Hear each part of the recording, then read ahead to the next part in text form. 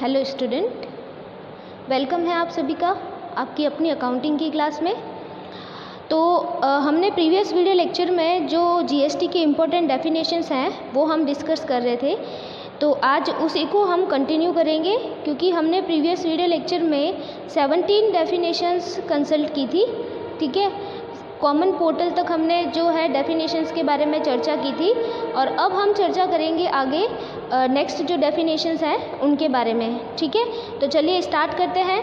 तो देखिए, आज की जो फर्स्ट डेफिनेशन है वो है कॉम्पिटेंट अथॉरिटी, जिसे हिंदी में हम कहते हैं सक्षम अधिकारी।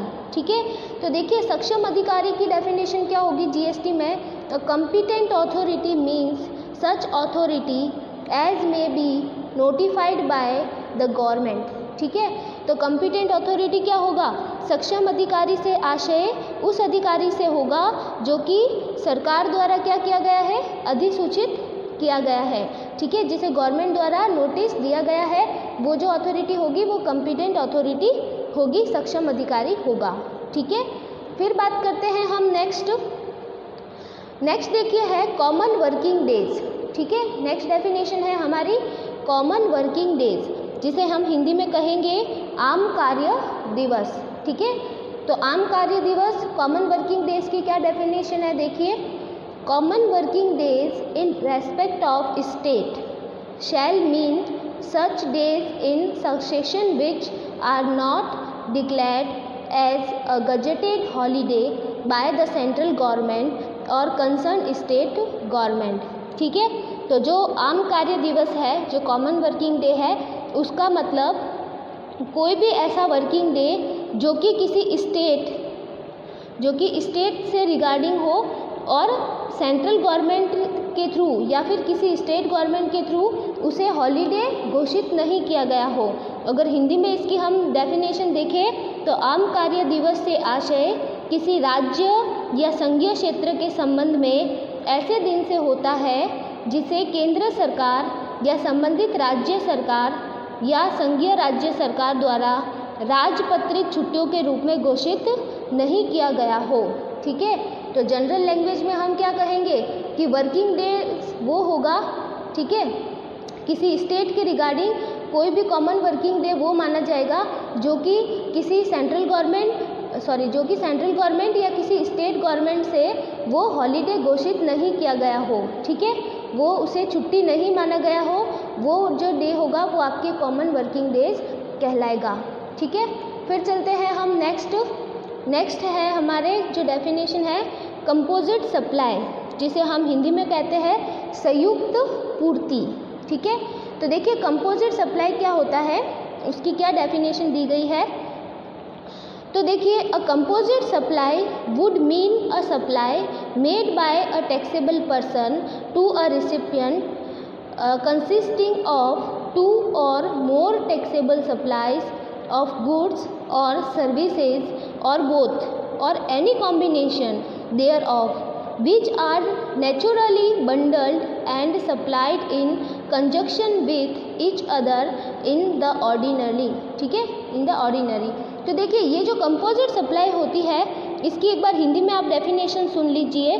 संयुक्त पूर्ति से आशय कर योग्य व्यक्ति द्वारा किसी प्राप्तिकर्ता को की गई ऐसी पूर्ति से है जो माल या सेवाओं या दोनों के दो या अधिक कर योग्य पूर्ति से मिलकर बनी है, और या फिर उनका कोई ऐसा समूह है जिन्हें कारोबार के साधारण क्रम में एक दूसरे के साथ संयोजन में प्राकृतिक रूप से बांधा गया है और पूर्ति किया गया है, जिनमें से एक मूल पूर्ति है। तो देखिए ये जो डेफिनेशन है कंपोजिट सप्लाई मतलब संयुक्त पूर्ति, अगर हम इसे कॉमनली अगर समझना चाहे तो इसे हम एक एग्जांपल से समझ सकते हैं। जैसे कि अगर गुड्स की सप्लाई की जाती है ट्रांसपोर्टेशन, इंश्योरेंस और पैकिंग करके, ठीक है, अगर जैसे सपोजिवली मैं गुड्स क्या कर रही हूँ, सप्लाई कर रही हूँ, ठीक है, गुड्स सप्लाई कर रही हूँ पैकिंग करके और उसका जो ट्रांसपोर्टेशन इंश्योरेंस है, ठीक है, वो करके, मतलब माल की पूर्ति परिवहन बीमे और पैकिंग के साथ में की जाती है। तो देखिए इसमें क्या हो रहा है कि गुड सप्लाई हो रहा है, ठीक है, क्या करके, पैकिंग करके और ट्रांसपोर्टेशन इंश्योरेंस करके, ठीक है। तो यहाँ पे जो गुड्स की सप्लाई की जा रही है वो सिर्फ गुड्स की सप्लाई नहीं की जा रही है, गुड्स के साथ में पैकिंग भी की जा रही है और पैकिंग के साथ में उन्हें इंश्योरेंस भी दिया गया है। तो मतलब कंपोजिट सप्लाई का मतलब यही होता है कि जब आप कोई ऐसा कोई गुड्स या फिर कोई सर्विस प्रोवाइड कर रहे हैं जो सिर्फ अकेले नहीं दी जा रही है, उसके साथ में दूसरा कोई गुड्स या सर्विस दी जा रही है, दोनों के साथ में क्या की जा रही है, सप्लाई की जा रही है, तो वो क्या कहलाती है, कंपोजिट सप्लाई कहलाती है। समझ में आ रहा है मैटर? जैसे फॉर एग्जांपल हमने गुड्स सप्लाई किया पैकिंग करके और ट्रांसपोर्टेशन इंश्योरेंस के साथ में, तो यहाँ पे क्या गुड्स अकेला ही सप्लाइड हुआ है? नहीं, यहाँ पे उसके साथ में पैकिंग भी की गई है, मतलब पैकिंग मटेरियल भी दिया गया है और ट्रांसपोर्टेशन इंश्योरेंस करके ट्रांसपोर्टेशन इंश्योरेंस की सर्विस भी दी गई है। तो यहाँ पे जो ये गुड्स सप्लाई हुआ है उसकी जो सप्लाई हुई है वो कंपोजिट सप्लाई हुई है, क्योंकि साथ में पैकिंग मटेरियल की भी सप्लाई हुई है और ये जो सर्विस है इंश्योरेंस की वो भी दी गई है। तो मतलब कोई भी ऐसे गुड्स की सप्लाई या कोई भी ऐसे कमोडिटी की सप्लाई अकेली नहीं की गई है, साथ में किसी और गुड्स या सर्विस के साथ में की गई है, तो वो क्या कहलाती है, कंपोजिट सप्लाई कहलाती है। ठीक है, तो ये था आपके कंपोजिट सप्लाई। अब देखते हैं नेक्स्ट डेफिनेशन। नेक्स्ट डेफिनेशन आपके आती है कंसीडरेशन की। ठीक है, तो देखिए कंसीडरेशन का क्या मतलब होगा जीएसटी के अंदर, वो अभी हम देखते हैं। कंसीडरेशन को हिंदी में हम कहते हैं प्रतिफल। तो देखिए consideration in relation to the supply of goods और सर्विसेज और बोथ। ठीक है, जो प्रतिफल का मतलब है वो माल या सेवा या दोनों की पूर्ति के संबंध में प्रतिफल का क्या मतलब है वो इसके अंदर अभी आपको बताया जा रहा है 2 पॉइंट के अंदर। तो पॉइंट नंबर ए की बात करते हैं। पॉइंट नंबर ए में क्या बताया है, एनी पेमेंट मेड और to be made whether in money और otherwise in respect of, in response to or for the inducement of the supply of goods or services or both, whether by the recipient or by any other person, but shall not include any subsidy given by the central government or state government। ठीक है, तो देखिए ये जो प्रतिफल है इसका क्या मतलब होगा कंसीडरेशन का, कि अगर किसी को कोई गुड्स सप्लाइड किया गया है तो उसको जो रिसीव करने वाला रिसिपिएंट है वो क्या करेगा, कोई भी पेमेंट देगा। ठीक है, कोई भी पेमेंट चाहे वो कैश में दो, मनी में दो या किसी भी अदर चीज़ में दो पेमेंट। ठीक है, तो मतलब कि गुड्स और सर्विस को सप्लाई करने के बदले में जो रिसीव करने वाला पर्सन है या उस रिसीव करने वाले पर्सन की जगह पे कोई दूसरा पर्सन अगर कोई मनी का पेमेंट करता है या किसी दूसरी चीज़ का पेमेंट करता है तो वो चीज़ क्या कहलाती है, आपके कंसीडरेशन कहलाती है। लेकिन इसके अंदर क्या इंक्लूड नहीं है, इसके अंदर सेंट्रल गवर्नमेंट और स्टेट गवर्नमेंट की सब्सिडी इंक्लूड नहीं है। तो कुल मिला के जो आपके कंसीडरेशन का मीनिंग हो गया या डेफिनेशन हो गया वो क्या हो गया कि गुड्स और सर्विसेज या दोनों को, ठीक है, देखो सप्लाई ऑफ गुड्स और सर्विसेज और बोथ, मतलब गुड्स और सर्विस या फिर दोनों को सप्लाई करने के बदले में उसका जो रिसिपिएंट होगा, जो रिसीव करने वाला पर्सन होगा या फिर उसकी जगह पे बाय एनी अदर पर्सन, ठीक है, उसकी जगह पे कोई दूसरा पर्सन कोई ऐसा पेमेंट देता है जो कि कैश में हो सकता है या कैश के अलावा किसी और चीज़ में हो सकता है, तो वो क्या कहलाता है, आपका कंसीडरेशन कहलाता है। ठीक है, लेकिन इसके अंदर shall not include any subsidy from the central government और स्टेट गवर्नमेंट, लेकिन इसमें कोई भी सब्सिडी इंक्लूड नहीं होगी। ठीक है, अब बात करते हैं next B number point. B number point में भी देखिए क्या समझाया गया है, the monetary value of any act और फोरबियरेंस इन रेस्पेक्ट ऑफ या in response to for the inducement of the supply of goods और सर्विस और both whether by the recipient or by the any other person but shall not include any subsidy given by the central government or state government। अब देखिए ये जो second B number point में बात की है वो क्या बात की है, वो भी वही बात की है कि गुड्स और सर्विस, देखिए क्या बोला गया है, द सप्लाई ऑफ गुड्स और सर्विस। ठीक है, गुड्स और सर्विस की सप्लाई करने के बदले में, ठीक है, या तो गुड्स की या सप्लाई की या दोनों की, ठीक है, या तो देखो एक बार ध्यान से सुनिए, द सप्लाई ऑफ गुड्स और सर्विसेज, ठीक है, गुड्स और सर्विस की सप्लाई करने के बदले में या दोनों की साथ में सप्लाई करने के बदले में इसको जो रिसीव करने वाला जो रिसिपिएंट होगा या फिर उसकी जगह पे कोई दूसरा एनी अदर पर्सन होगा, वो क्या करेगा, किसी मॉनेटरी वैल्यू का पेमेंट करेगा, ठीक है। यहाँ पे सिर्फ मॉनेटरी वैल्यू की बात की है, जबकि ऊपर क्या कहा था कि वो मनी में भी हो सकता है और अदरवाइज भी हो सकता है, लेकिन यहाँ पे क्या कहा है कि गुड्स और सर्विस को सप्लाई करने के बदले में या गुड्स या सर्विस या दोनों को सप्लाई करने के बदले में उसका जो रिसीवर होगा, रिसीवर या फिर उस रिसीवर की जगह पे दूसरा कोई पर्सन होगा, तो उसके बदले में जो भी मॉनेटरी पेमेंट करेगा, ठीक है, जो भी मौद्रिक मूल्य देगा, जो भी मौद्रिक भुगतान करेगा, वो मौद्रिक भुगतान क्या कहलाएगा, प्रतिफल कहलाएगा, कंसीडरेशन कहलाएगा, ठीक है। और इसके अंदर क्या इंक्लूड नहीं हो सकता, सब्सिडी नहीं हो सकती सेंट्रल गवर्नमेंट की और स्टेट गवर्नमेंट की। क्लियर हो गया मैटर। तो देखिए कंसीडरेशन का मतलब वही है कि किसी को अगर आपने गुड्स बेचा है या फिर सर्विस प्रोवाइड की है, तो सर्विस प्रोवाइड करने के बदले में जो उसका बेनिफिट लेने वाला जो पर्सन होगा, जो रिसीवर होगा, जो रिसिपिएंट होगा, वो क्या करेगा, आपको कुछ ना कुछ तो पेमेंट करेगा। तो जो वो पेमेंट करेगा, चाहे वो मनी के फॉर्मेट में हो या फिर किसी और फॉर्मेट में हो, तो दोनों ही फॉर्मेट में जो पेमेंट किया जाएगा वो क्या कहलाएगा, कंसीडरेशन कहलाएगा, ठीक है। तो ये थी आपकी डेफिनेशन कंसीडरेशन की अकॉर्डिंग टू जीएसटी, जिसमें मॉनेटरी और अदरवाइज जो भी पेमेंट है वो दोनों के दोनों इंक्लूड है। लेकिन इसमें क्या इंक्लूड नहीं है, सब्सिडी इंक्लूड नहीं है सेंट्रल गवर्नमेंट की और स्टेट गवर्नमेंट की, ठीक है। अब बात करते हैं नेक्स्ट जो आपकी डेफिनेशन है वो किस चीज़ की है, देखिए वो है कंटिन्यूस सप्लाई ऑफ गुड्स, ठीक है। इसको हिंदी में हम क्या कहेंगे, माल की निरंतर पूर्ति, ठीक है। तो माल की निरंतर पूर्ति देखिए क्या होगा, supply of goods which is provided or agreed to be provided, ठीक है, continuously or on recurrent basis under a contract whether or not by mean of a wire, cable, pipeline or other conduit and for which the supplier invoices the recipient on regular or periodic basis and includes the supply of such goods as the government may subject to such conditions। आगे देखिए और भी है, as it may by notifications specify, ठीक है। तो देखिए ये क्या होता है, अब देखिए इसकी डेफिनेशन को एक बार आप हिंदी में सुनिए।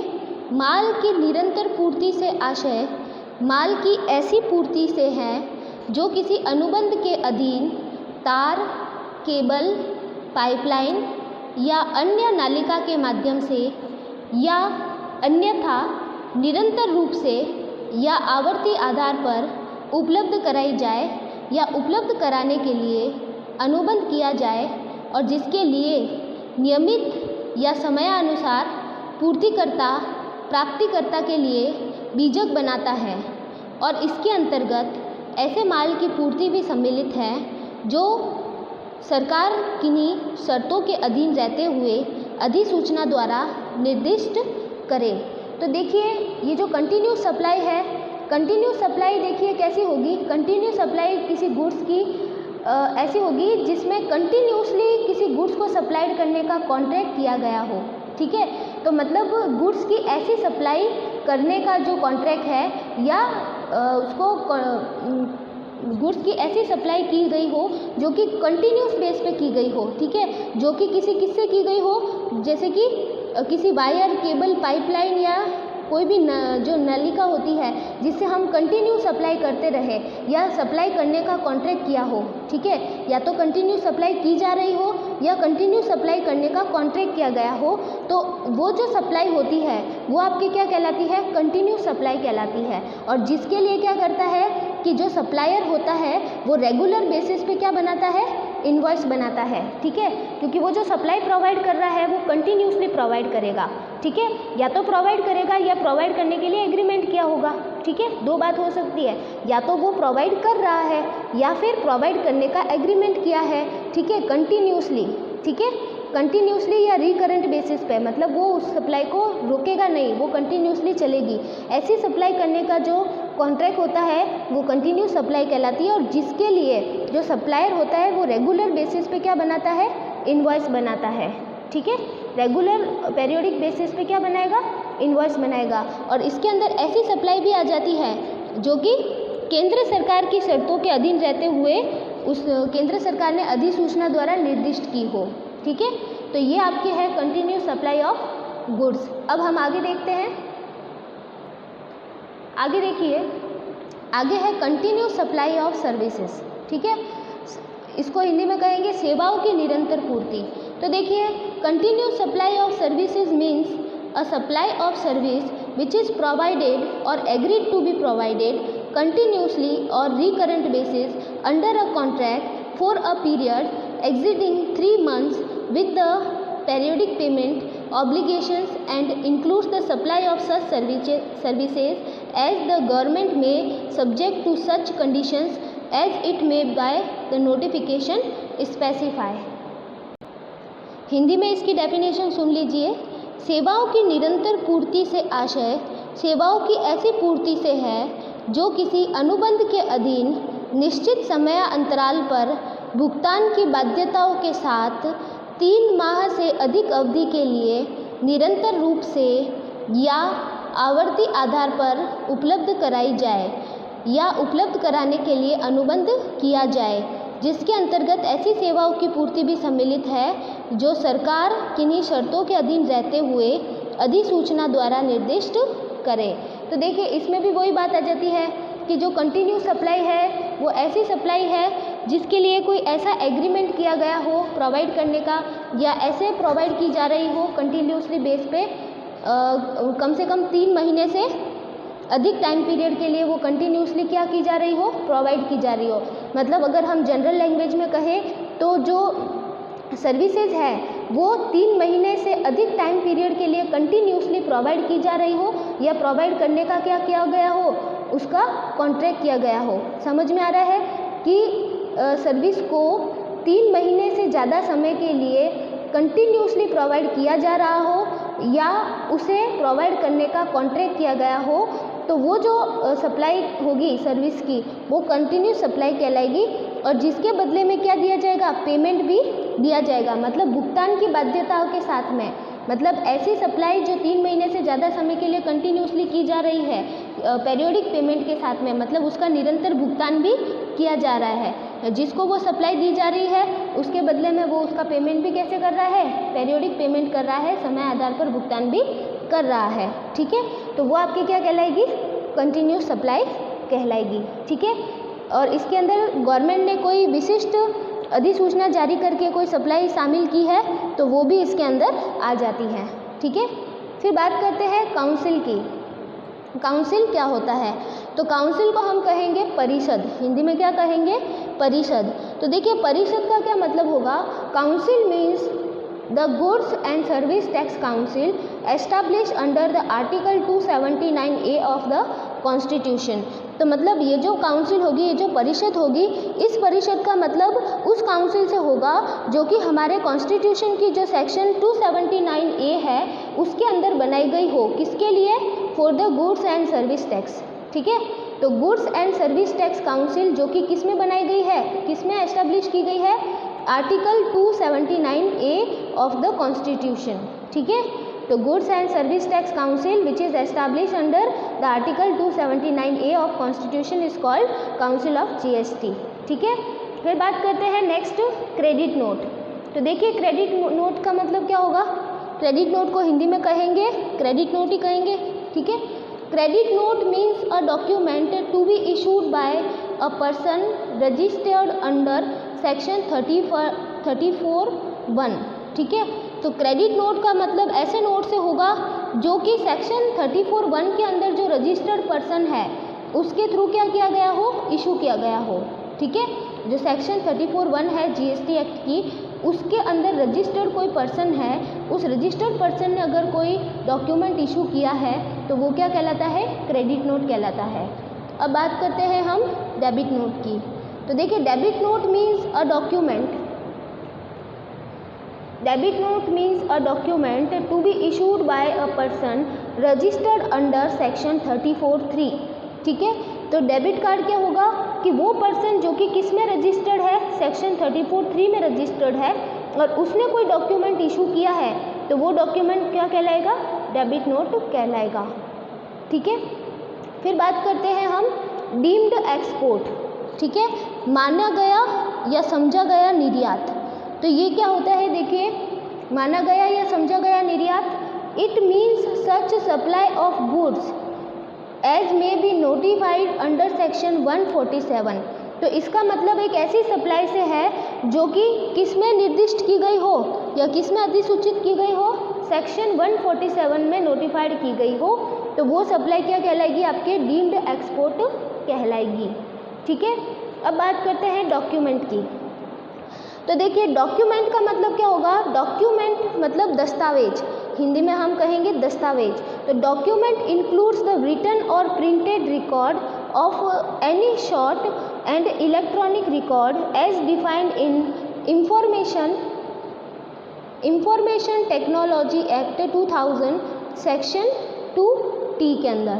ठीक है, तो देखिए ये क्या है कि डॉक्यूमेंट का मतलब क्या होगा, डॉक्यूमेंट के अंदर वो सारे रिटन या सारे प्रिंटेड जो भी डॉक्यूमेंट है वो सारे अंदर आ जाते हैं जो कि इंफॉर्मेशन टेक्नोलॉजी एक्ट 2000 के अंदर क्या किए गए हैं, डिफाइन किए गए हैं। तो मतलब डॉक्यूमेंट में कोई भी डॉक्यूमेंट जो चाहे रिटन हो चाहे प्रिंटेड हो, वो या फिर इलेक्ट्रॉनिक फॉर्मेट में हो या फिर रिटन फॉर्मेट में हो, सारे के सारे डॉक्यूमेंट इसके अंदर आ जाते हैं जो कि किस में डिफाइन किए गए हैं, इंफॉर्मेशन टेक्नोलॉजी एक्ट 2000 के अंदर डिवाइड किए गए हैं और उसकी जो सेक्शन है वो है सेक्शन 2T।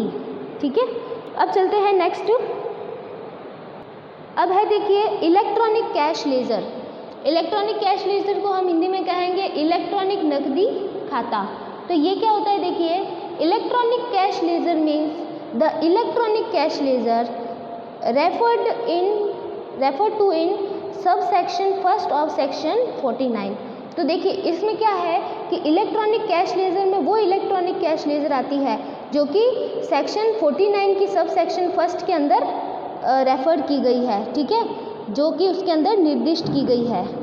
तो इलेक्ट्रॉनिक कैश लेजर है जो कि इस एक्ट की सेक्शन 49 के सब सेक्शन 1 के अंदर क्या की गई हो, नोटिफाइड की गई हो, रेफर की गई हो। ठीक है, अब है इलेक्ट्रॉनिक कॉमर्स। इलेक्ट्रॉनिक कॉमर्स को हिंदी में कहेंगे इलेक्ट्रॉनिक कॉमर्स ही कहेंगे। ठीक है, means electronic commerce means supply of goods and services including digital products over the digital और इलेक्ट्रॉनिक नेटवर्क। ठीक है, तो इलेक्ट्रॉनिक कॉमर्स का मतलब क्या होता है, इलेक्ट्रॉनिक कॉमर्स का मतलब वो सप्लाई या उन गुड्स या सर्विसेज की सप्लाई किस पे करना, डिजिटल माध्यम से ही करना, इलेक्ट्रॉनिक नेटवर्क के थ्रू ही करना। ठीक है, जिसके अंदर डिजिटल प्रोडक्ट्स भी आ जाते हैं।